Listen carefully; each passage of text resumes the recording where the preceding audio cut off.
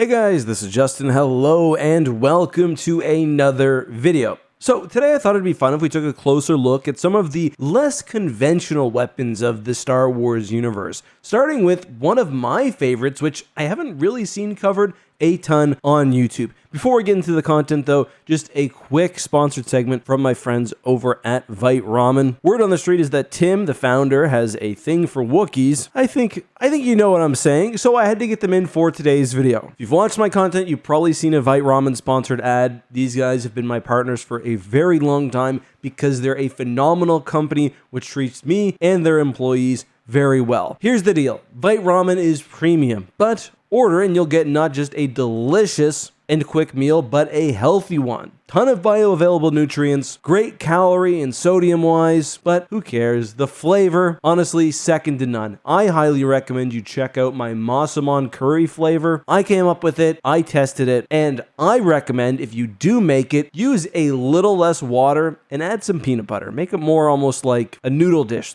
rather than a ramen. Right now though, you can use code ECKHARTS for 10% off and pop on that Easy Health 24 code as well for some free shipping. All right, so as I said, we're going to start today's video with a discussion of the Bowcaster. By the way, if you enjoyed this video, so much of the information comes from the new essential guide to weapons and technology. Pick it up. Put me out of a job. Anyway, the portrayal of the Bowcaster in The Force Awakens actually pretty closely mentions its description in the Essential Guide to Weapons and Technology. The Bowcaster, to be clear, is not simply a crossbow-shaped weapon. It's not just a ceremonial thing. It actually has a completely unique firing mechanism. As it turns out, the Bowcaster is basically a handheld magnetic accelerator. In short, a physical projectile is accelerated by the bowstring down the Bowcaster's shaft, where it emerges, and I quote, resembling an elongated blaster bolt. Continuing, the quarrel's energy sheath focuses the explosive force directly into its target, making the Bowcaster one of the most devastating personal weapons ever created. The Bowcaster actually does have a proper bowstring, which requires incredible strength to fire. That's why you see Bowcasters most frequently employed by Wookiees. One of the interesting things mentioned in the text is that the Bowcaster can actually support different types of ammunition, whether for stunning prey.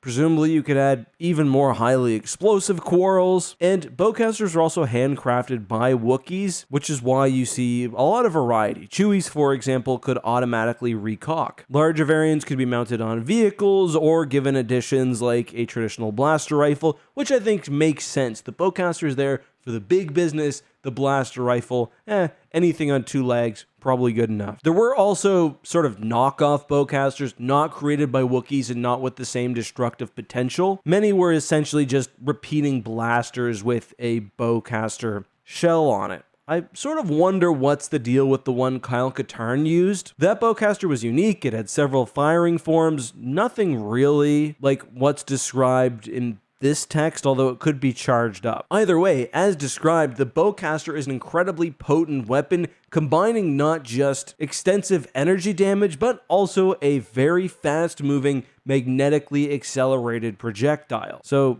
good on Kylo Ren for tanking that. I do wonder whether Chewie used a low power mode or something, because that should have taken him out. All right, moving on, we have another weapon which appears in the Jedi Knight series. I believe this one was first in Jedi Knight 2, and that is the Disruptor rifle. Remember when you're on Nar Shaddaa, the first level after you get your lightsaber, you stick your head out and instantly from across the map you get disintegrated by a sniper rifle? You were being hit by a Disruptor rifle and you may have even fired one back in return. As the name would suggest, the Disruptor rifle basically disrupted the molecular bonds of matter through an extremely powerful beam. This could cause literal disintegration of targets, and even a glancing blow from a Disruptor rifle would be an incredibly painful and likely disfiguring experience. I'm sure there's actually some scientific principle behind how this could potentially work, but Disruptors unsurprisingly had extreme energy requirements, but were also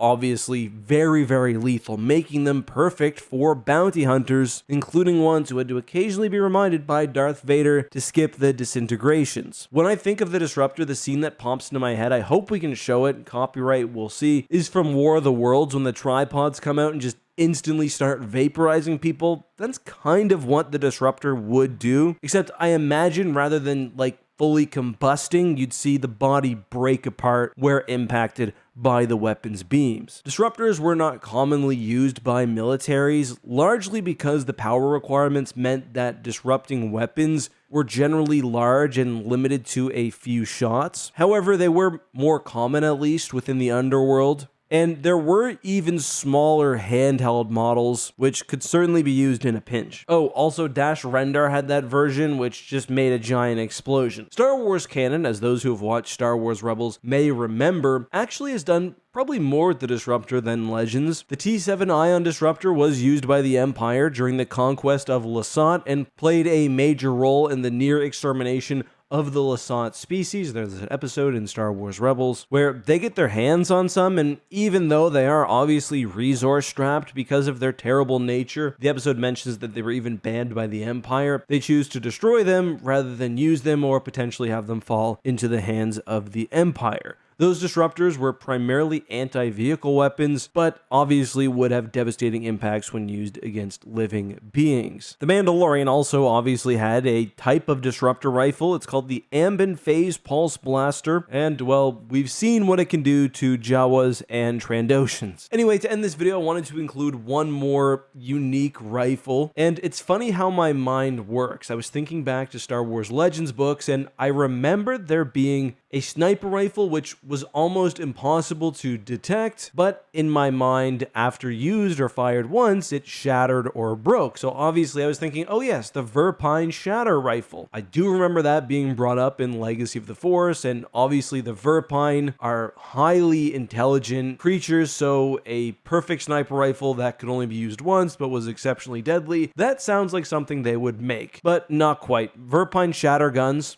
were essentially high accuracy, high damage, very, very expensive weapons. Projectile based, of course. No, what I was actually thinking of, and shout out to Mitra on Twitter, was the Night Stinger Sporting Blaster Rifle, and I thought this was from the Thrawn duology, and I was correct. So, the Night Stinger does not actually break on use. However, it was made of extremely rare gases so that it could only be fired a handful of times. The wiki page says 3 to 5 shots before being refilled. What's unique about the weapon is that the bolts are completely invisible. How this works out in the Thrawn duology is that the Empire has been trying to basically start a civil war within the New Republic over the Kaamos document. People hate the Bothans due to their involvement in the destruction of Kaamos. I discussed this in a recent video. There's a big protest, and they want to make it seem like Han Solo is firing on innocent protesters. Obviously, the invisible sniper rifle has quite a usage because you can target anyone without there being